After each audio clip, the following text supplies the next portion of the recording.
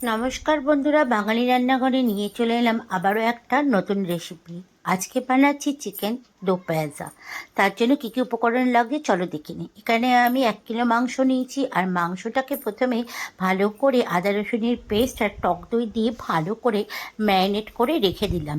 আমি এখানে প্রায় 2 থেকে 3 ঘন্টা ম্যারিনেট করে রেখে দিয়েছি।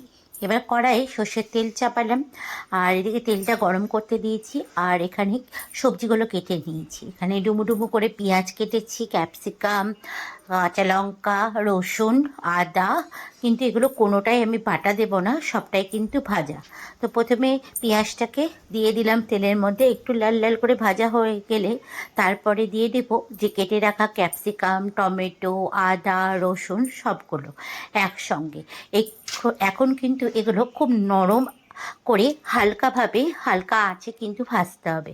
বেশি লাল লাল হবে না, সবজিগুলো হালকা লাল লাল হবে, এইটুকুটাই। তো এখন কন্টিনিউয়াস এইভাবে নাড়তে থাকবো। এবার যে কেটে রাখা টমেটোটা ছিল সেগুলোও দিয়ে দিলাম। ক্যাপসিকাম এখানে আমি কিন্তু লাল ক্যাপসিকাম ইউজ করছি, তোমরা যদি নীল পারো নীলও ইউজ করতে পারো, হলুদ পারলে হলুদও ইউজ করতে পারো, তাহলে দেখতে বেশ ভালো লাগে, খাবারের কালারটাও খুব সুন্দর আসে। তো এখানে হালকাভাবে ভাজা হয়ে গেছে, সব সবজিগুলো নরম হয়ে গেছে। এবার আমি এর মধ্যে স্বাদ মতো লবণ, হলুদ আর কাশ্মীরি লঙ্কাগুলো দিলাম। এবার ভালো করে একসঙ্গে সবগুলো ভালো করে মিশিয়ে নেব এর মধ্যে। আর এখানে কিন্তু প্রথমেই বললাম যে কোনো বাটা মশলা ইউজ করছি না, সব কিন্তু কোচানো। হ্যাঁ, রসুন আদা সবই কিন্তু কুচানো।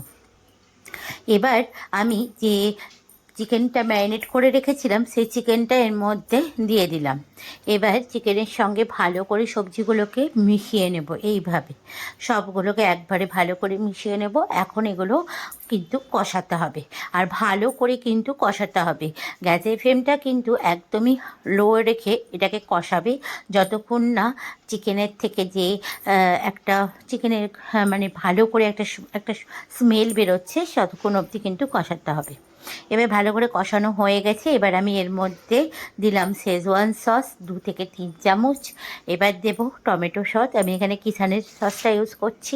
টমেটো সস দেব, এখানে টমেটো সসের পরিমাণটা একটু বেশি দেব। এখানে আমি 4 চামচ মতো টমেটো সস দিলাম।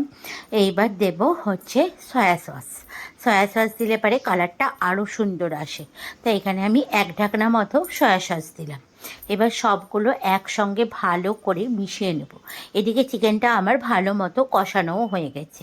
এগুলো দেওয়ার পরে দেখো কালারটা কতটা সুন্দর এসছে। এখন এগুলো দিয়ে আবারও চিকেনটাকে প্রায় 4 থেকে 5 মিনিট মতো কষাবো। তো হয়ে এসছে অনেকটা। এবার আমি একটু সামান্য জল দেব। এটা যেহেতু চিকেন দো পেঁয়াজা, এটা ঝোল খায় না, কষা কষাই খাবে, তার জন্য অল্প জল দিয়ে একটু ফোটাবো, যাতে চিকেনটা একটু সিদ্ধ হওয়া পর্যন্ত। আর এবার আমি গরম মশলা দিয়ে দিলাম ওপর থেকে। ব্যাস, অলমোস্ট রান্নাটা আমার হয়ে গেছে। এবার গরম গরম একটা পাত্রের মধ্যে সার্ভ করে নিলেই হয়ে যাবে। তাহলে এই রান্নাটা কেমন লাগলো বন্ধুরা, অতি অবশ্যই কমেন্টস করে জানিও। আর ভালো লাগলে লাইক করো। দেখা হচ্ছে আবারও একটা নেক্সট ভিডিওতে তোমাদের সঙ্গে।